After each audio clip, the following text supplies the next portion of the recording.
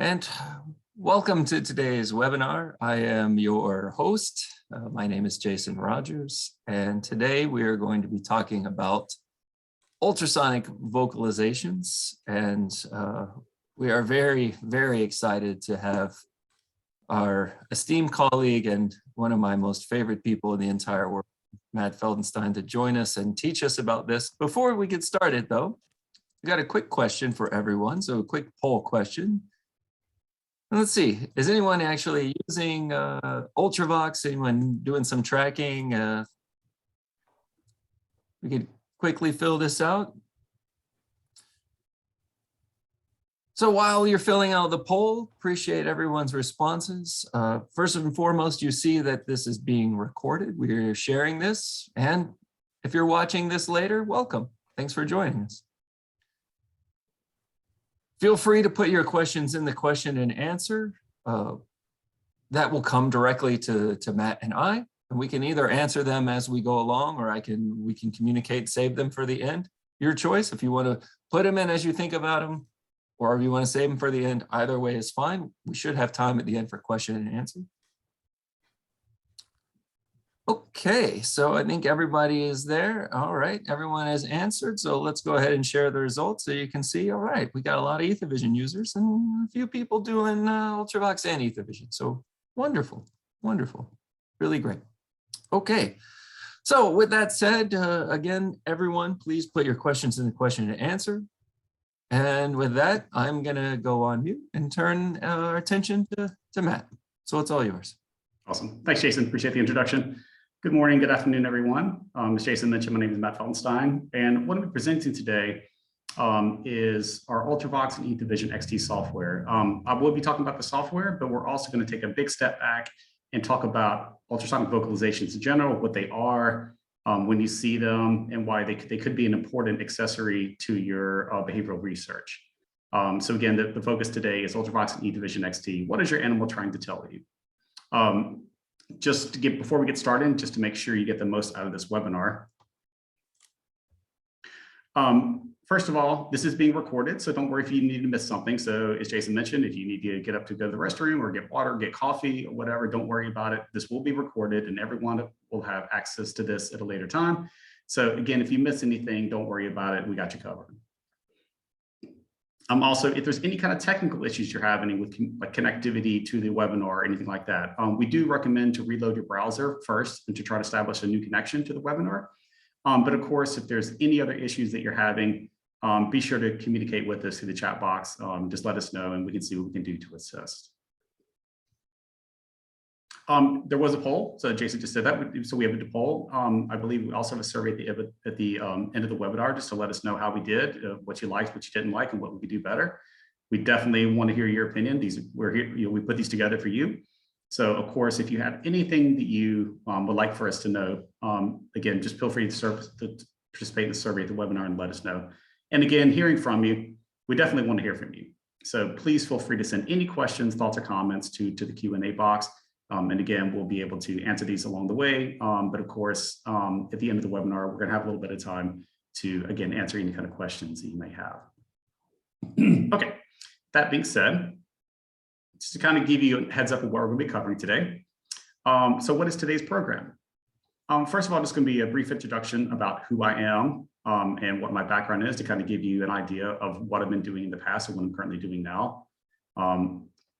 And we're going to go through ultrasonic vocalizations, kind of really take a big step back, because I just want people and I'll go over this a little bit. I find that people have heard of them, but they're not fully aware like what they are, what they can mean. So we're going to take a big step back and say, look at ultrasonic vocalizations. What are they? What do they look and sound like? And what does it seem to be, what the role and purpose is in within the animal communication? After we go through, this is going to be through a PowerPoint presentation, then I'm going to move to the Ultravox software itself. I'm kind of good, for those that haven't seen it, just kind of do a very brief overview. Again, kind of covering a few main points in it, the experimental and trial control settings, mainly how you can get EtherVision or other programs to control it so you can synchronize it with other data streams. And then show you that it also can do automatic call detection. And then there's some manual labeling of calls if you want to get further detailed about what the calls are that you're seeing in your recording. And then after the Ultravox, I'm going to move to EtherVision XT. And I'm going to show you again how in EtherVision XT you can trigger Ultravox. If they can be synchronized, they can become synchronized and overlaid with your behavioral recording, your video recording for where your animal is located in a particular type of maze. I'm going to show you how you can import that ultrasonic vocalization data into EtherVision XT. Again, so you can overlay that with your behavioral data. And of course, to show you how you can analyze vocalization and tracking to get data together to kind of get further insights into the behavior of your animal, again, in a particular task. Just going to show you that I do have a couple of gentlemen that I want to highlight on the right side. Stefan Brudzinski. He's done an extensive amount of research and published quite a lot on ultrasonic vocalizations, particularly in rodents. If you've never had the honor of meeting him, he's quite the scientist, a very interesting gentleman. And I do remember meeting him at the Society for Neuroscience conference. He carried in his pocket a little retractable pointer so that he can go to posters and then point things out and talk to people. So quite the interesting gentleman. And he pretty much knows everything there is to know about rodent ultrasonic vocalizations. Also, Jaak Panksepp, unfortunately, the late Jaak Panksepp, he died a few years ago. He was considered to be the father of effective neuroscience. And he did popularize research in laughter in non-human animals, mainly tickling rats. If you've never heard or seen tickling rats, I'm going to show you a video example of that. And there's even a lab at Purdue that offers a rodent tickling certification. This is for animal welfare, good stuff. So if I can get with a link to that if you're interested in that. So just before we get started, just to give you a little bit of information about myself, that is, who am I? Again, my name is Matt Feltenstein. I am a senior behavioral research consultant with Noldus. Kind of stepping back, like how did I end up at Noldus? Well, just to give a little more of my background, I attended the University of Mississippi in Oxford, Mississippi from 1999 to 2004. Getting my PhD in behavioral neuroscience / psychology. I'm focusing mainly on animal models of anxiety and depression. After I finished at Oxford or University of Mississippi, I took a postdoctoral position at the Medical University of South Carolina in Charleston, South Carolina. That's actually where Jason and I met. I started in 2004. I believe Jason started in 2005.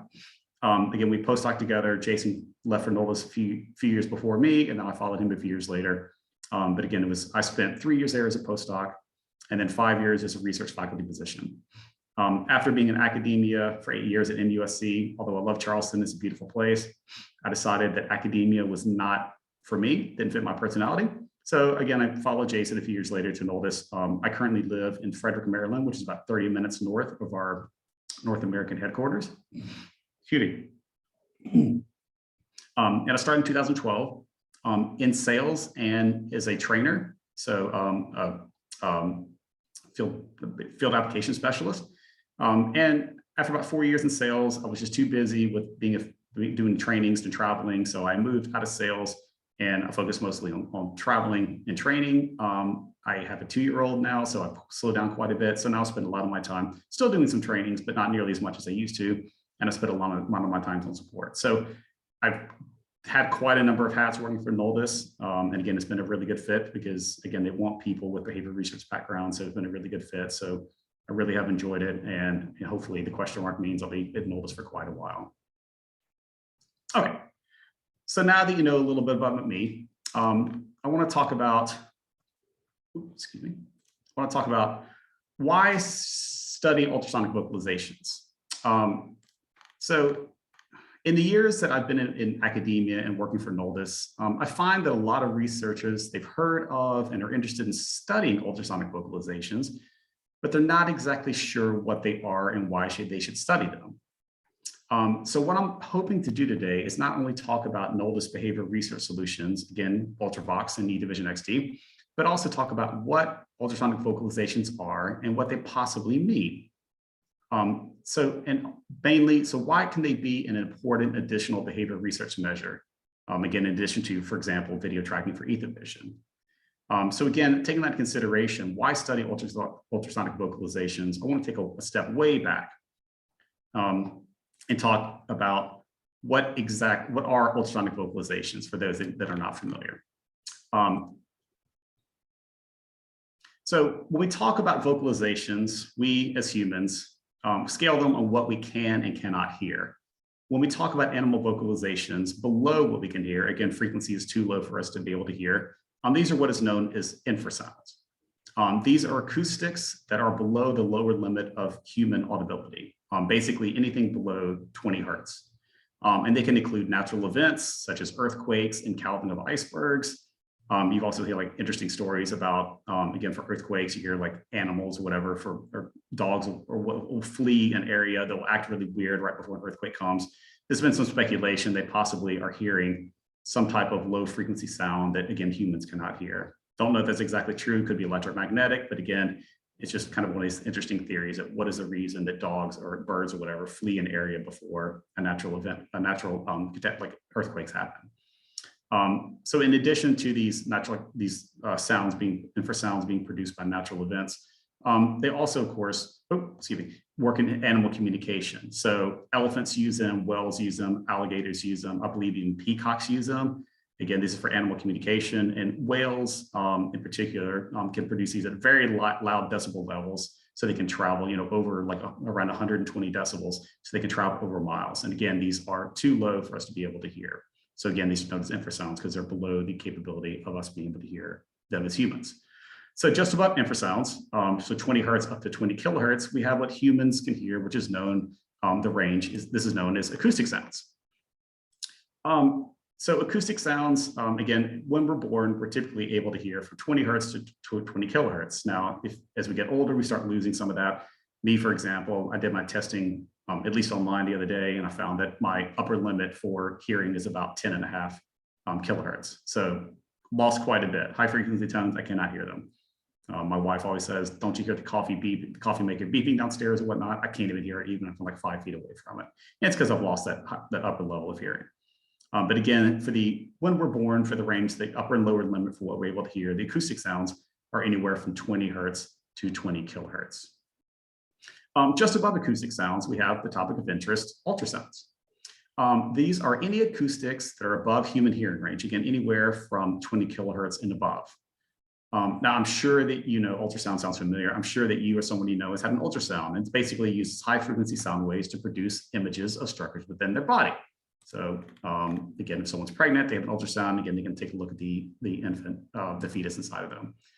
But in this context, what I'm referring to is high frequency vocalizations that animals produce that are outside of what humans are capable of hearing.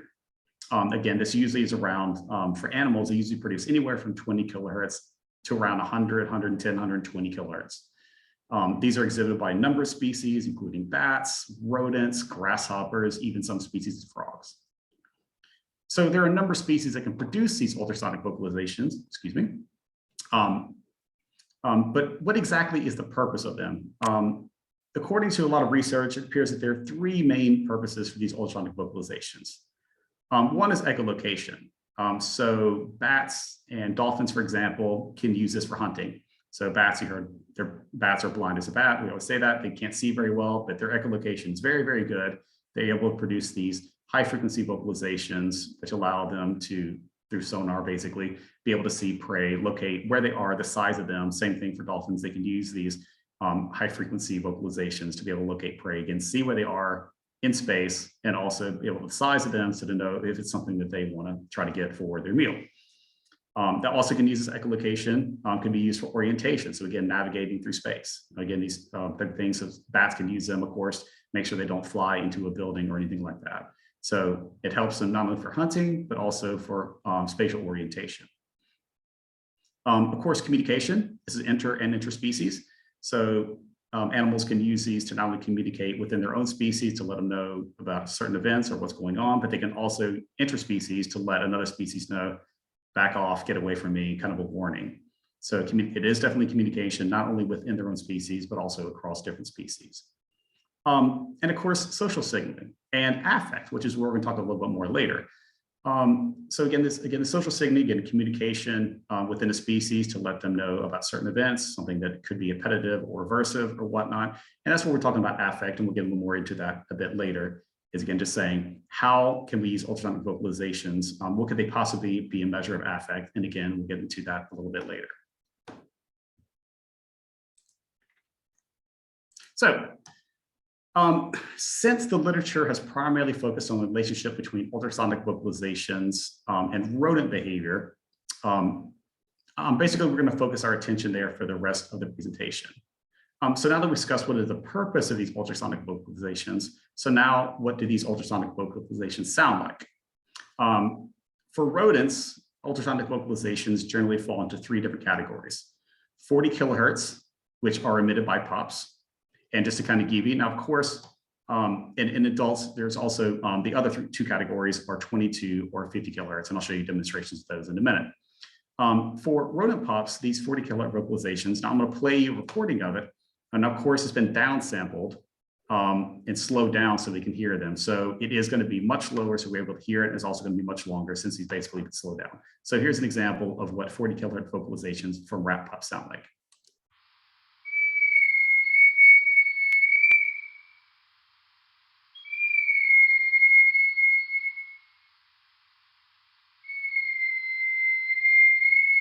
You can hear it, it's kind of, you can see it even in the image, it kind of starts high and then kind of goes down, and you can hear that in the call. So these are emitted by rat pups, and I'll show you, and again, under what context do these generally happen. In adult rats, you also have one of the other categories that I mentioned is 22 kilohertz. Let me play of that, a little recording of that.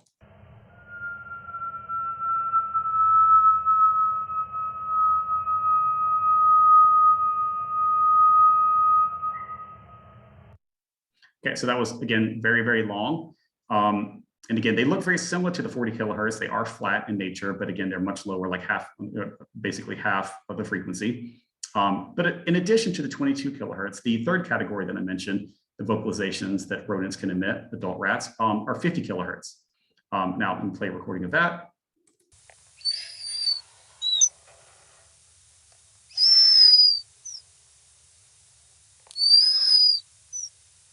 Kind of sounds kind of squeaky, like someone's putting their nails on a chalkboard. And again, these are the type of vocalizations adults produce. So once again, for rodents, for ultrasonic vocalizations, there are three different categories: 40 kilohertz, which are emitted by rat pups; 22 and 50 kilohertz that are emitted by adult rats.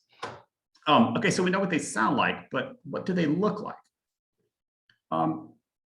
For 40 kilohertz vocalizations that you saw there, that screenshot, they're pretty basic. They're pretty simplistic in that they are flat and they're relatively short, generally around 80 to 150 milliseconds. Pretty basic for those type of vocalizations. For 22 kilohertz, they also are pretty basic. They are flat. They typically can be much longer, right? 300 to 3,000 milliseconds. So they can go on for about 3 seconds at times. And so they tend to be much longer than the 40 kilohertz vocalizations. Again, there are shorter ones and longer ones. And again, I'll talk about that a little bit later in some of the literature that I'm going to present.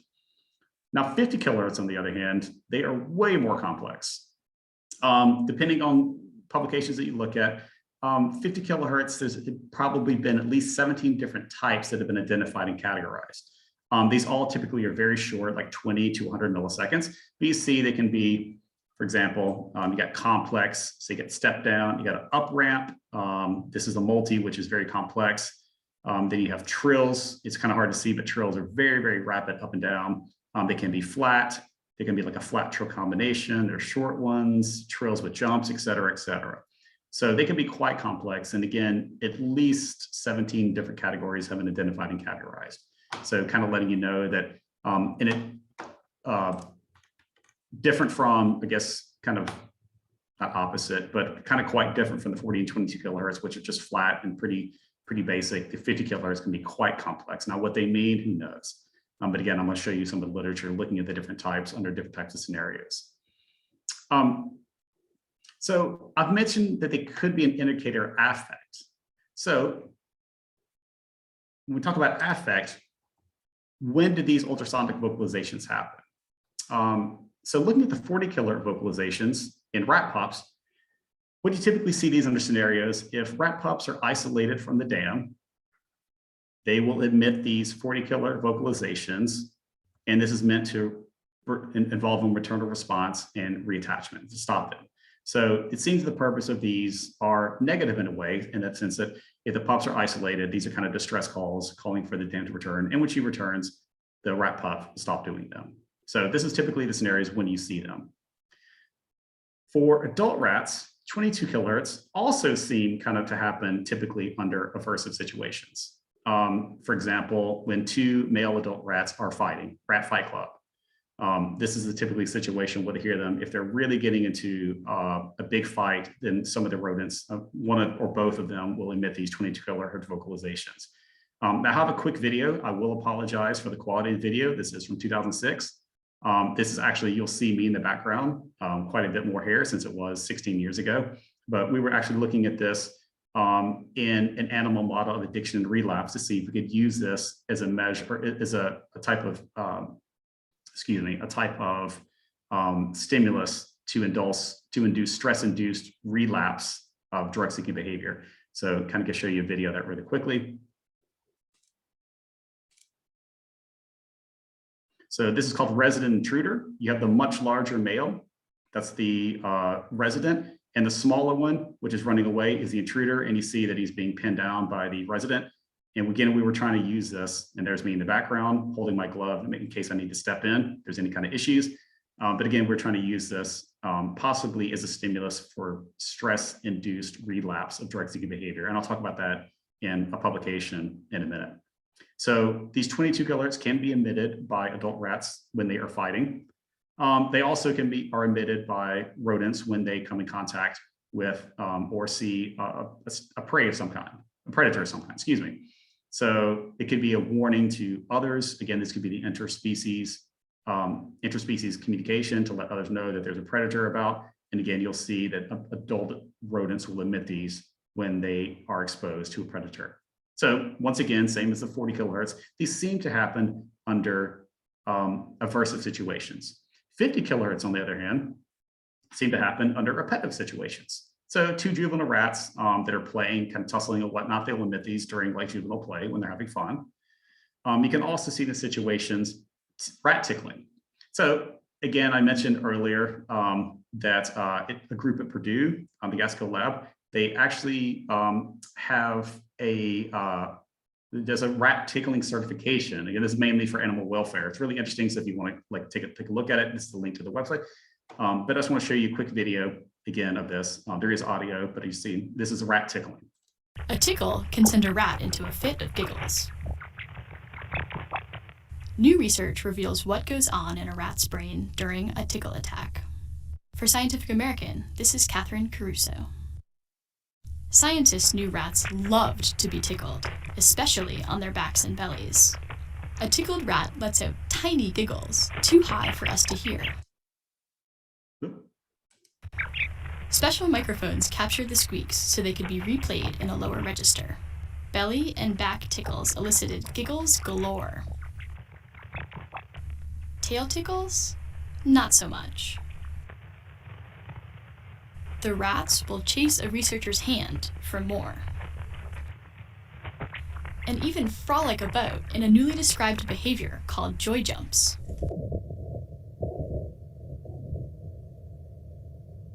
But only if the rats are in the mood to be tickled. A bright light and a platform make a rat anxious, and it won't giggle when tickled. Okay.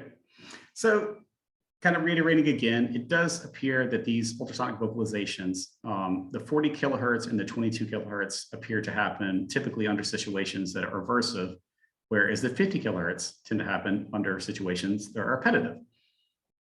Excuse me. So I mentioned there's a multitude of evidence that these ultrasonic vocalizations, again, are an indicator of affect.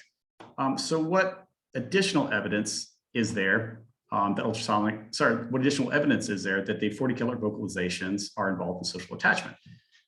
So there's a lot of research out there, but I'm a little selfish and I want to present some data from friends of mine, again, for my time at MUSC. So for the next couple of slides. For example, in this, what I'm going to show you is I texted a friend of mine from MUSC, Elena Vasey, who's now at UMass Amherst. And she and Kimberly Fender, when they were the Gary Aston-Jones lab at MUSC, Gary's now at Rutgers. Again, this is my time there. She was actually interested, Elena was interested in autism. Autism, if you're not familiar with it, autism spectrum disorders are characterized by three main deficits, two of which are they're deficits in social interaction and social communication. going back again, these 40 kilohertz vocalizations are involved in social communication and interaction because the pups will emit these when they're isolated from the dam to reestablish maternal contact. What she was interested in is looking at animals that were prenatally exposed to valproic acid. VPA is a well-established animal model, a rodent model for autism spectrum disorders. So what she was interested is when these pups were exposed in utero to valproic acid, and after they were born, she wanted to see if they were isolated at 11 days old from the dam, would they emit these 40 kilohertz vocalizations? So what she saw is she actually had two different isolation procedures where she isolated them for 5 minutes and then reestablished contact with the dam and then isolated them again for 5 more minutes.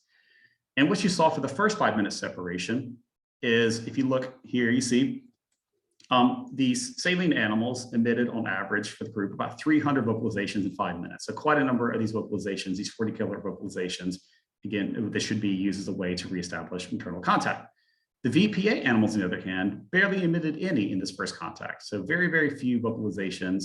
Again, it kind of goes to show that yes, as I mentioned, the VPA model is a well-established rodent model for autism spectrum disorders, and we can see this in social communication, and there is a significant difference when isolated from the dam. The second isolation, there was an increase in both groups for the number of vocalizations. Again, we see our saline animals were around 500 and around half the amount in our VPA animals. This is not a significant difference, but it was a small animal group, a small N, but it was really interesting to see that it did decrease the number of 40 kilohertz vocalizations in our VPA animals when they were isolated from the dam. So this is, again, just a small note. Obviously, there's a lot of literature out there. I just wanted to present one little example of how they show this in rat pups, that there is a decrease in these vocalizations. But what about the appetitive 50 kilohertz? Well, also not just the 50, but the 22 kilohertz. What about these 22 and 50 kilohertz vocalizations in a rodent model of addiction to relapse? Again, as I mentioned before, my background before, when I was at MUSC, before I came to Noldus, I did have a research background in addiction and relapse. So why examine ultrasonic vocalizations in a rodent model of addiction and relapse? If you are an addiction researcher, you're very familiar with this publication. If not, I will kind of give you kind of a background to it. Mainly, it seems that there is, when you talk about people that have an addiction disorder, there appears to be a dissociation between liking and wanting. So a lot of drug addicts say, I don't really like the drug anymore, I just want it. So while these words liking and wanting do seem interchangeable, this paper, which was written, almost 30 years ago now, this is the incentive sensitization theory by Terry Robson and Kent Barrage, postulated that the essence of drug addiction, which is after long drug use, leads to long-lasting changes in dopamine-related motivational systems, basically is an excessive amplification, specifically of psychological wanting, especially psychological wanting of cues that are associated with the drug without necessarily amplification of the liking. So again, there appears to be the dissociation in addiction between liking versus wanting, and that there is more of a want versus a like. Now, again, we mentioned that the 50 kilohertz vocalizations should be appetitive, or so we wanted, like, okay, in a rodent model, what about we look at that? Could we use ultrasonic vocalizations possibly as a rodent self-report measure of methamphetamine craving? So we, Steve Mahler, a friend of mine, again, from MUSC, who's now at UC Irvine, and others, including myself, actually wanted to look at and see, what about looking at ultrasonic vocalizations, 22 kilohertz and 50 kilohertz across different phases of methamphetamine self-administration. So just kind of give you a little bit of background of the methamphetamine self-administration model, reinstatement model, relapse model. Self-administration, so what we have here is we have an operant chamber. There are 2 levers within it. There are also lights and a tone. And then there also outside of it, there's a pump that can give a methamphetamine solution injection to a rodent that's had a jugular catheter implant. So again, there are 2 levers. When the animal presses one of the levers, which is called the active lever, they get an injection of methamphetamine, but they're also, the light and tone are presented. Now, the reason for the light and tone to be presented along with the methamphetamine is this is a way that we can associate cues with the methamphetamine drug itself, similar to drug paraphernalia, et cetera, that people will see experience when, again, using a drug. That those cues themselves can take on an appetitive quality, a wanting quality. So we want to be able to do the self-administration in animals, and then be able to look at the later on when the animal's exposed to these cues and absence of the drug, is there a reinstatement, re-seeking of the drug of interest? After they undergo a series of self-administration over a number of days, it's 2 hours a day, they undergo what's the extinction procedure. And the extinction procedure, the animal is placed back into the chamber, they press the levers, nothing happens. Neither lever does anything. So the animals, at first, you typically see there's a bit of frustration where they will go and press both levers looking for the drug. And eventually, over a number of days, they will give up and drug seeking goes down. Again, looking at lever presses is a measure of drug seeking behavior. Once the animal establishes a low level of drug seeking behavior, they undergo relapse or reinstatement testing. The animal is placed back in the chamber. And in one sense, you could do cue-induced reinstatement, where they press the lever that previously gave them the drug, and the cues are presented. Again, they're not getting the drug itself. And what they're going to see, I remember those cues. If they remember the cues associated with the drug and they want the drug, they'll press the lever that gives them the cues in the absence of the drug itself. And you can see a reinstatement, relapse of drug-seeking behavior. You can do it for drug-associated cues. Another factor that causes people to relapse is stress. So if you're familiar with people that are like trying to quit, drinking or smoking cigarettes, and they get really stressed, like, I really want a cigarette, I really want a glass of wine. Again, stress can be a cue which can instigate relapse and drug-seeking behavior. So again, we can do that in a rodent model as well. You can do pharmacological stressors. You can also use like physical stressors like foot shock. As I mentioned, we try to use the social defeat model to see if we can use it as a means for stress-induced relapse. Unfortunately, again, we tried it, didn't really work, but we know that stress-induced relapse is very context-specific, so no surprise there. You can also give them a small amount of the drug itself. So give them an intracranial injection of methamphetamine and then place it back in the chamber. They will feel the effect of the drug, and they can use a reinstatement of drug-seeking behavior. You also could do a combination where you can pair a methamphetamine injection with a cue. So the animal gets a methamphetamine injection, put it into the chamber, presses the lever, and you get the cues. So you can have like meth plus cues, for example. So again, this could be a way looking at a reinstatement or relapse of drug-seeking behavior when these animals are exposed to these cues.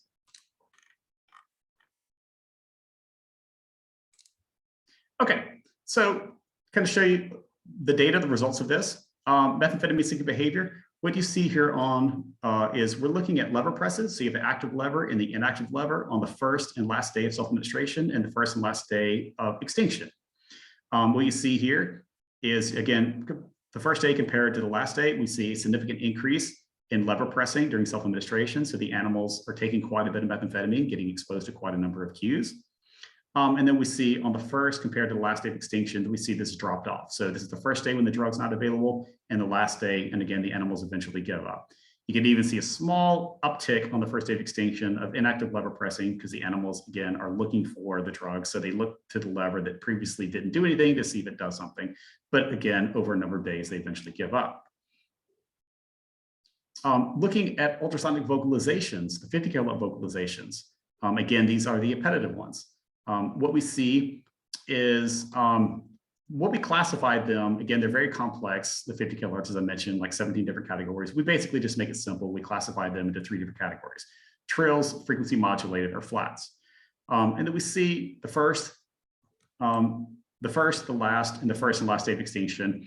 Looking at the numbers, there weren't really a whole lot of vocalizations.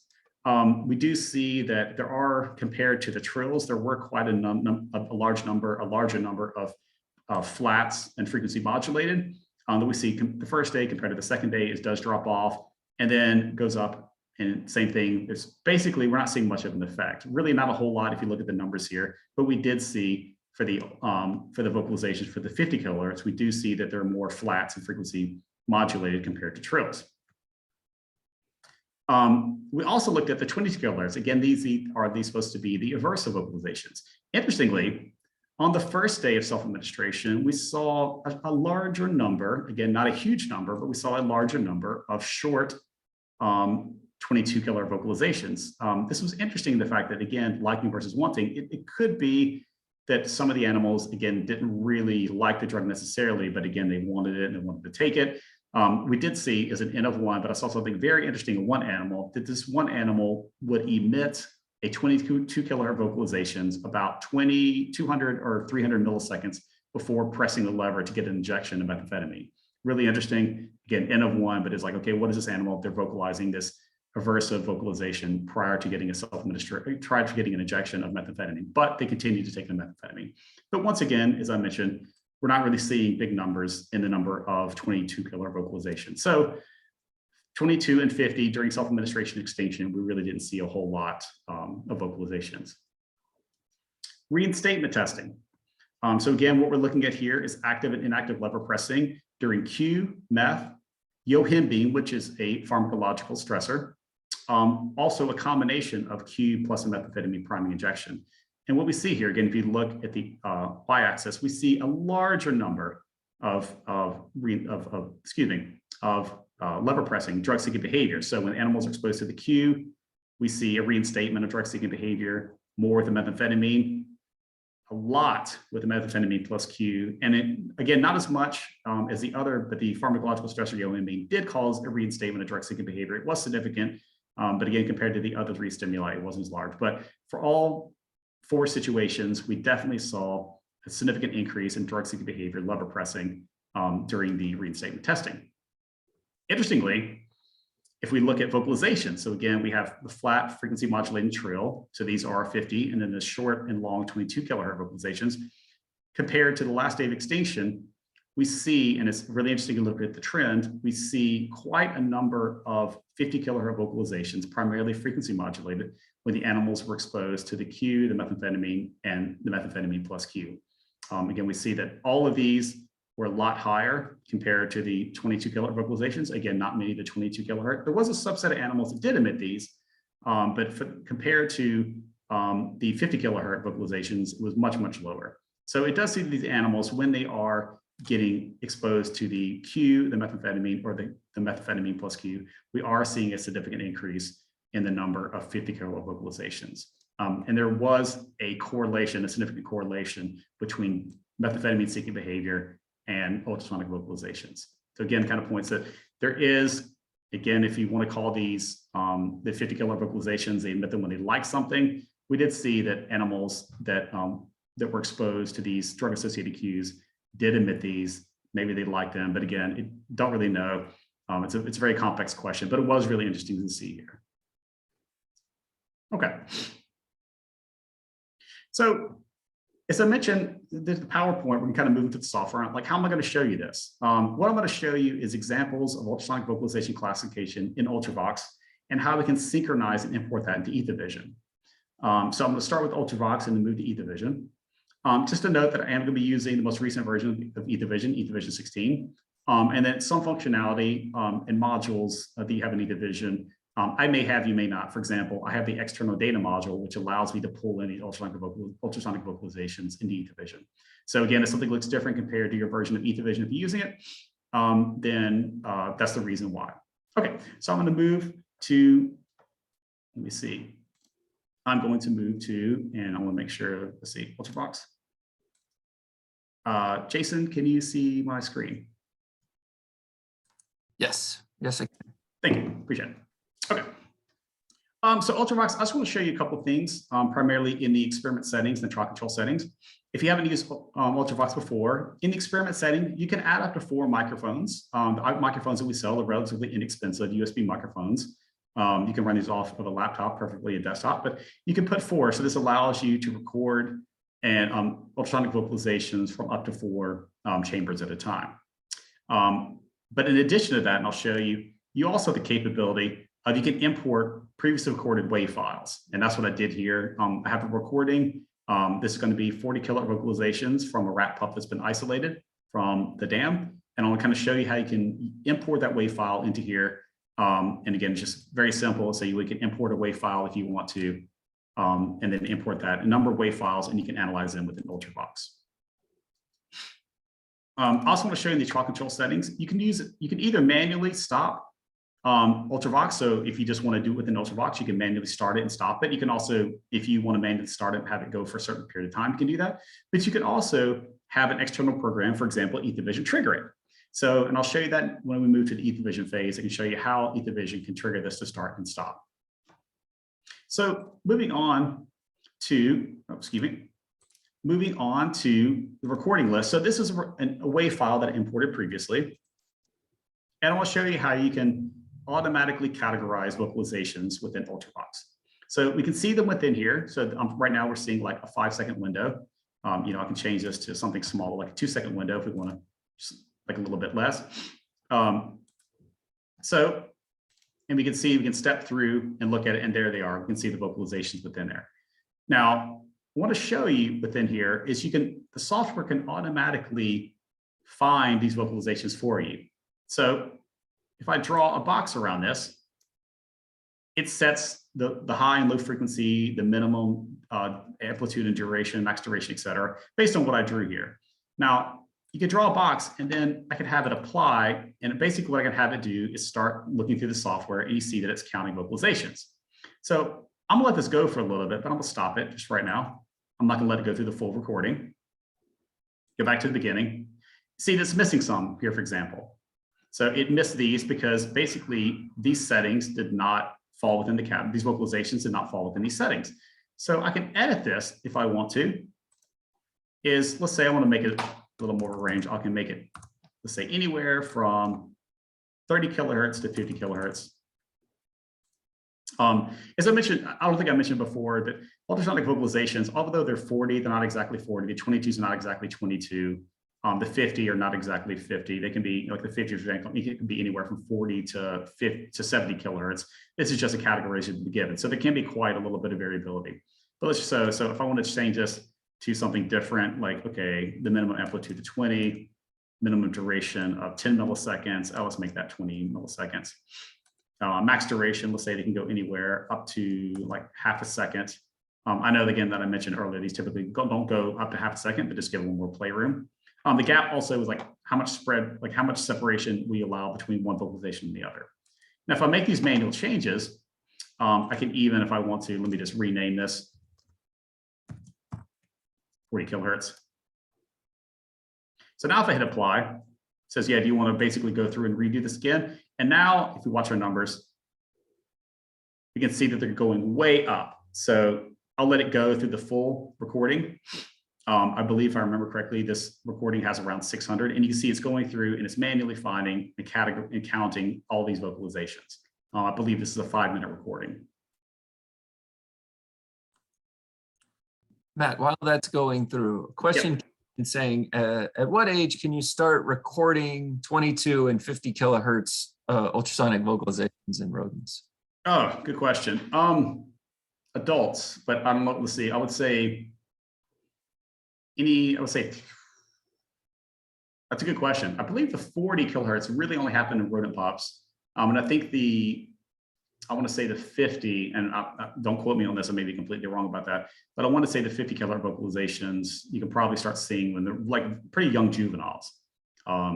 So I would say a few weeks, few months old, you'll be able to see them. Again, the 40 kilohertz, I believe, you're only really going to see when they're pretty much like completely helpless, hairless and completely helpless, and they need their mother to be around. So that's my answer. But again, I'm not 100% sure, but I would definitely say juveniles. You'd be able to see the 50 kilohertz and the 22.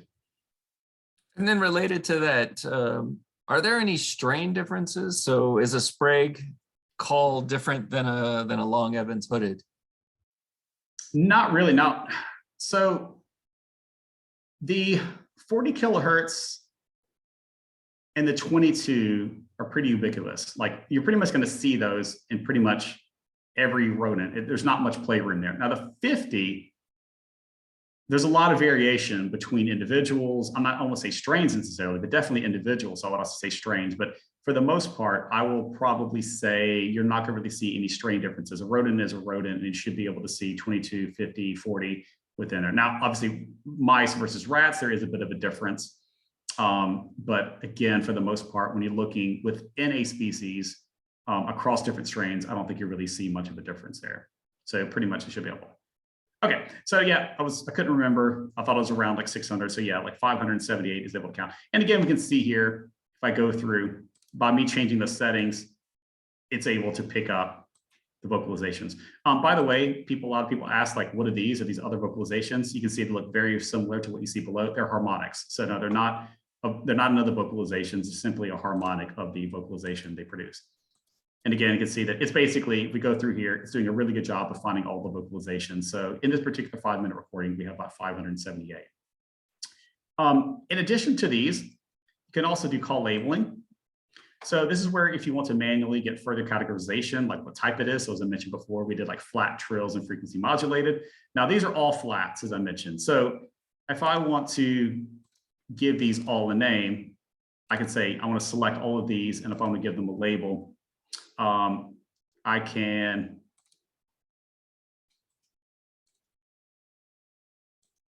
say, oh, excuse me, clicked on the wrong one. So principal to, okay, sorry, what am I? I'm clicking on, oh yeah, sorry, excuse me, clicked on the wrong thing, my bad. So I can sell these to flat. So I'm label all of these as flat. So all 578, they are flat. It can come in here and label them, but of course you can label individual ones if you want to. And for each call, I can click on an individual one. It will take me to that particular call, and then I can look at the particular, the particular specifics of it. So what time it started, what time it stopped, what frequency, what was the max frequency, what was the mean amplitude, et cetera. As I mentioned, you can import this into EtherVision. So if I go to call statistics within here, okay.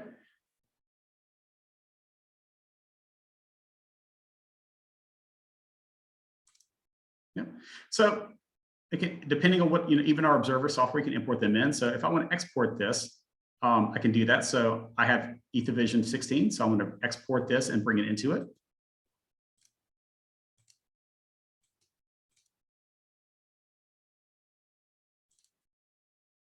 Selected file has no calls. What did I do wrong here?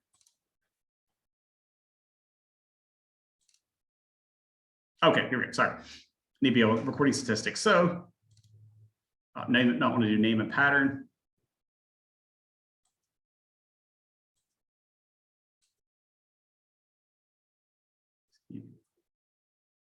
Okay, so let's say I want to get all the statistics. I want to get the count, the mean duration, standard deviation duration, the minimum duration, max duration, et cetera. If you want to be able to include all these, you can. So do that, excuse me. Okay. Let me go back and make sure. I don't know why it's not letting me. Pardon me.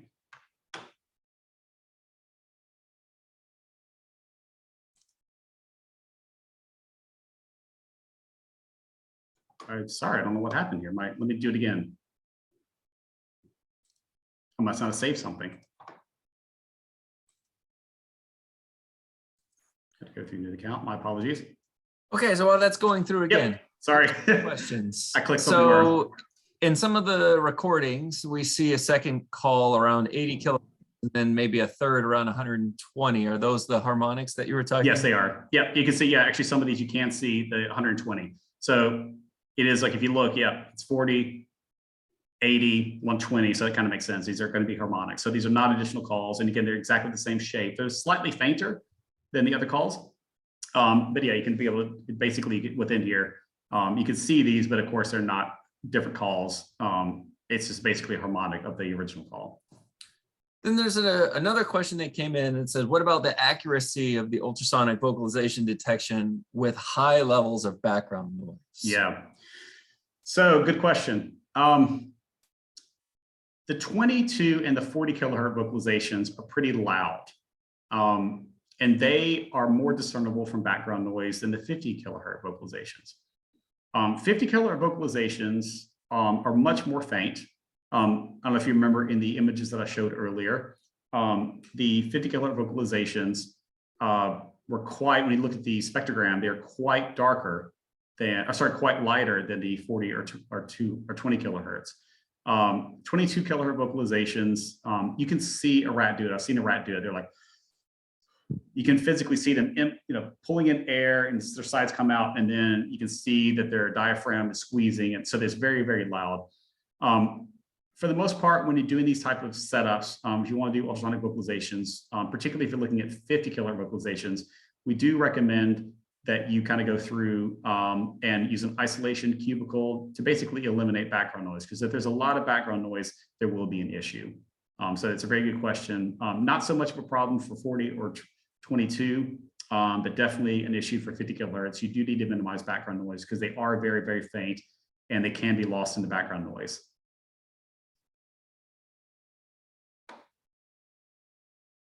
Okay, hopefully this saves us time. I don't know what I clicked wrong.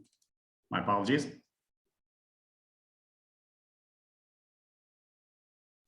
So again, I'm going to tag all these and set a pattern label for flat.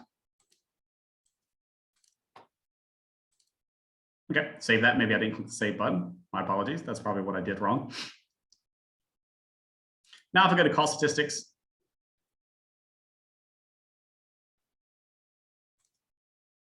okay. Now I can see here the call statistics. Now I have all my calls labeled here. I can export these, and these will export as an ETX file. I'm just going to throw this on my desktop.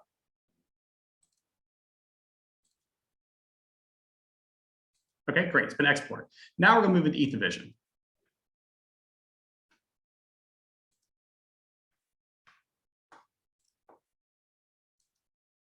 Jason, do you see my Ether Vision screen? Yep. Okay, thank you. So again, those were 40 kilohertz vocalizations that were emitted by a rodent pup. Now, so what I've kind of Frankenstein the experiment here. So this obviously these vocalizations were not from an adult. This is an adult mouse going through an elevated plus maze. So here we have our we have our neutral zone, we have our 2 closed arms and our 2 open arms within here. So I've used this is a 5-minute video as well. So what I want to show you, again, this is, again, I kind of Frankenstein this together, but I want to show you that you can bring this data into here. So I've specified my zones. I do want to show you in the trial control settings how we can trigger Ultravox to start and stop. So in our trial control settings, if you're familiar with Ether Vision, you can start the trial. I added a condition to say, wait till the animal's in the arena for 1 second, and then start, and then go to the next, which is an external command action. This basically is running a bat file to tell, as you remember in Ultravox, I can tell it to start and stop. I can tell it to start as soon as tracking starts. And after 5 minutes, I can have it send that bat file again to tell Ultravox to stop and then stop tracking, so that everything is synchronized and everything's laid on top of one another. And this will allow me to import my data from Ultravox so that they are, again, the ultrasonic vocalizations are overlaid with the video tracking data. I've already acquired a trial, but what I want to show you here is you have the capability for an external data module. It's like an import external data. So there is, in Ether Vision, there is a import profile specifically for Ultravox in the ETX file. As I can say, I want to import this particular Ultravox data that I exported from Ultravox.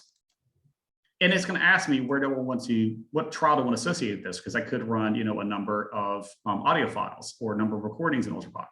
And I'm going to tell it this data belongs to trial 1, and then I can import that. So now I'll have the ultrasonic vocalizations that are imported into the video tracking, into our Ether Vision software. Now, if I'm interested in, like, do the animals emit more vocalizations when they're in a particular part of the arena versus another, this is where data profile can come in handy. So I can use my nesting, which is basically pulling out time segments, and I can say, I want to pull out when the animal is in my open arm versus my closed arm versus the neutral area. So for each one of these, I have my cumulative zone open arms, which is for open arm 1 and 2. I can drag and drop this into this results container. Open arm data. For newer versions of Ether Vision, you can copy and paste boxes. So I want to do it for the closed arms as well as the neutral area. So I'm going to rename this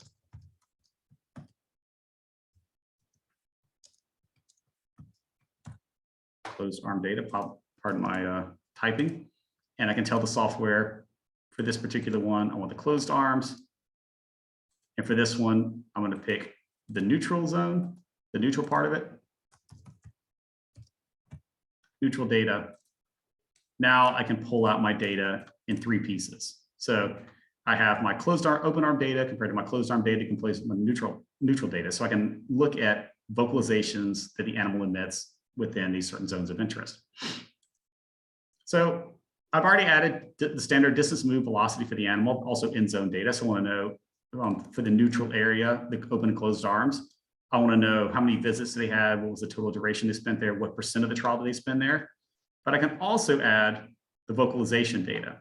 So I can say, I want to import this vocalization data within here, and I want to look at, again, the number of vocalizations, the cumulative duration, et cetera, that they do. And this will basically be able to give me the vocalizations for each, the number of vocalizations and the duration of the vocalizations that the animals emit when they're in certain parts of the arena. So if I add this, if we can look at our integrated visualization, minimize this back. So again, we have our neutral area, closed arms, and open arm. Right now, I'm looking at the open arm data. And so if I look here, we have our velocity in zone data and also our distance move data. But we see here, I can see vocalizations, they've been imported, but what it's doing now is because I'm only asking for open arm data, it's only going to show me, so as soon as the animal goes into an open arm, which is not very often. There we go. I can see, again, we can see here that the animal is currently in zone. They are in the open arm. I can see distance, movement, velocity, and I also can see each vocalization, the beginning and the end of it, and how many times they did it. If I also, let me just do a new one that doesn't have any kind of filtering whatsoever, I can kind of show you the full, let me zoom out. And now I can see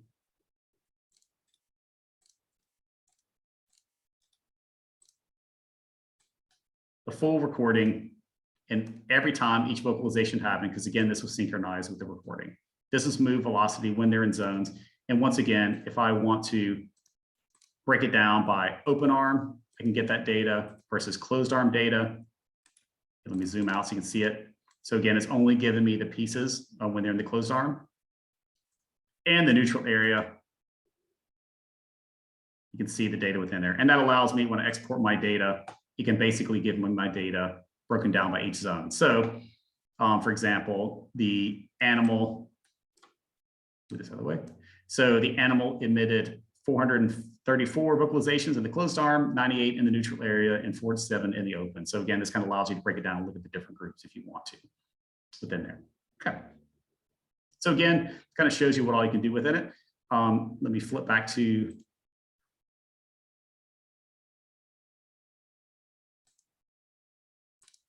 okay, so that was our live demonstration that I just showed you. So kind of what did we learn today? Ultrasonic vocalizations are emitted by a number of species. Again, we focus primarily on rodents because that's where most of the research is. They are very complex and may be an indicator of affect in rodents. Particularly, we can see that a lot of the literature supports that 22 and 40 kilohertz vocalizations may be an indicator of negative affect in rodents, whereas 55 kilohertz vocalizations or 50 kilohertz vocalizations, depending on what you call them, are positive affect. Ultravox does allow you to record from 4 microphones simultaneously. In addition to that, you can also import previous recordings if you wish. Ethervision does have the capability of triggering Ultravox to start and stop the recording, so that you can synchronize that with your video tracking. And also allows for automatic ultrasonic vocalization detection. So again, you can draw a box around the vocalizations, change the settings for it if you wish, and then hit apply, and it will go through your recording, or apply to all, and you can have it apply to all your recordings, and it can go through and automatically detect your ultrasonic vocalizations. I showed you that Ultravox, you can export the ultrasonic vocalization data and import it into Ethervision XT. And then finally, the ultrasonic vocalizations I showed you with your data profile, they can be analyzed in time or location bins if you want to look at the differences in number of vocalizations depending on where the animal is in your arena. So that being said, so thank you everyone for your attention and coming today. We'd love to hear from you. If you have any questions, you can email me, matt.feltenstein@noldus.com. If you have any sales related questions, email sales@noldus.com or support@noldus.com. Of course, you can visit our website at www.noldus.com. You can also find us on social media. And again, I really appreciate everyone's attention to coming today. And if you have any kind of questions or anything like that, we'd be happy to take them right now. Thank you. Awesome job, Matt, as always. Thank you. Thanks. I always love the stuff from MUSC because I always felt that I was able to contribute at least partly from the initial discussions. And then, of course, in typical fashion of me, I left and come to Noldus, and then you got stuck with all the work. Yeah. No. And I think you were the one that recorded that video too of the Rat Fight Club. So a question has come in that came in earlier that I answered, but it came up again. So I think it's worth noting to all the participants. Is it possible to analyze vocalizations in Ultravox using 2 microphones? So I'm assuming 2 microphones in one arena. And then on the other side of it, how do you determine calls from multiple animals in one arena? Yeah. So, I mean, yes, you can do 2 microphones. Obviously, depending on the setup of the arena, is going to be bleed through from one to the other. Now, if you have like a light dark box, for example, I guess you could possibly put a microphone inside the dark box and it could muffle any kind of, excuse me, there's going to be some bleed through. So it's a bit of multiple animals. There's no way to decipher who's doing what. I've known, like, in extreme examples, I've talked to researchers that say they will actually snip the vocal cords of certain animals so they cannot vocalize. So they can do a test with multiple animals, but they know who's vocalizing based on that there's only one animal whose vocal cords are intact. I think that's a bit extreme. Unfortunately, I don't think there's really any way to be able to decipher one animal for the other. Now, that being said, there are lots of individual differences. Even in that study that we did in the methamphetamine, we saw some animals that would just go gangbusters for during self-administration. And again, that one animal who actually admitted the 20 kilohertz vocalizations, 22, when right before they hit the lever to get an injection of methamphetamine. Very interesting. There's a huge amount of differences. So in theory, if you pre-screened your animals, you know, like, okay, this one's a talker, this one's not a talker. It is possible you could kind of have multiple animals and kind of decipher who's who, but I think it'd be very, very difficult, if almost impossible, to determine who's doing what. Again, as far as 22 kilohertz vocalizations are concerned, you can physically see it in your animals. So if you were recording and watching, you could either in the observer or in the observer or ether vision, you can manually score when you see an animal. When you see them do those 22s, because it's really easy to see them. But for the 50s, again, I think it would be nigh impossible. And I've seen research in the past using 22 kilohertz distress vocalizations in air conditioning as well as in conjunction with freezing. Yeah. And I remember a study from grad school. So this was long time ago. But someone even used 50 kilohertz vocalization as a appetitive reinforcer. So basically, rodents would learn an 8-arm maze to go to the 50 kilohertz, sort of like a laugh track, if you will. Yeah, no, exactly. Yeah, that's a really good point. Yeah, thank you for pointing that out. There's a lot of literature on that as well. Again, short amount of time, wasn't able to cover all the ins and outs. Of course. But yeah, that's a really good point. Is you can use it either as a aversive stimulus or an appetitive stimulus for other rodents. So we have two more questions coming in. I know we're running short on time, but I understand that you can automatically detect at different frequency ranges, but can it categorize the different types, say trill, flat, or is that all manually scored? It's all manually done. I would like to see, and I've talked to the developer, it was years ago, but I just talked to the developer. I would say categorize into 17 different categories can be, automatically is going to be pretty much impossible. But if you did something simple, like flat versus frequency modulated versus trill, I think that could be possible in a future development Ultravox. And I definitely pointed out to the, when I discussed it with the developer, would be very advantageous. Basically, you find a vocalization, you can set thresholds. Is there a certain amount of change over time? Yes or no? No, it's a flat. Yes. Do you see a high oscillation of vocalizations? Again, like rapid oscillations within the call, yes or no? Yes, it's a trill. No, it's frequency modulated. Done. So something really simple like that would be really, nice to do. But currently it is all manual. I would like to see the future development that it would be able to pull out, again, at least simple categories, which I think is doable. But again, 17 different categories, I think that would be pretty much impossible, very, very difficult to be able to do. Yeah, right. And then one last question. Whether you're measuring ultrasonic vocalizations in mice during social interactions in adulthood and say long-term social isolation is long-term social isolation of tested animals needed? Some protocols say in males you need 3 weeks. So what kind of, I'm assuming what kind of ultrasonic vocalizations you're getting in mice during social interactions in later stages, and whether or not you need to socially isolate them for longer times before you can really get to the distress vocalizations. Yeah, that's a really good question. Unfortunately, I'm not able to answer that. That is, I'll have to look into that. Again, I wasn't, but I could see the advantage of the social isolation, and then they are starved for social interaction or attention, that you could kind of boost up your levels from there. At least in our studies, when we had animals, and again, we saw quite a bit of variability, they were, individually housed. So other than seeing an animal in the next cage, that did not interact with other animals, so they were isolated. But yeah, unfortunately, that's a really good question. I appreciate that question. I'll have to look into that. I absolutely, personally, I'm sorry, just to be honest, I do not know. Okay, well, if you have any more questions, please feel free to contact Matt or contact us directly. We'd be happy to help. On that, I'd like to thank you again, Matt. It's always wonderful, and always feel like we learn something, and I always love seeing what you present. So thank you all for coming. Thanks to Matt. And if you're watching this at some other later date, thanks for watching, and your day and enjoy yourself. So thank you again, and have a great day. Have a great evening. Yeah. Thank you, everyone. Bye.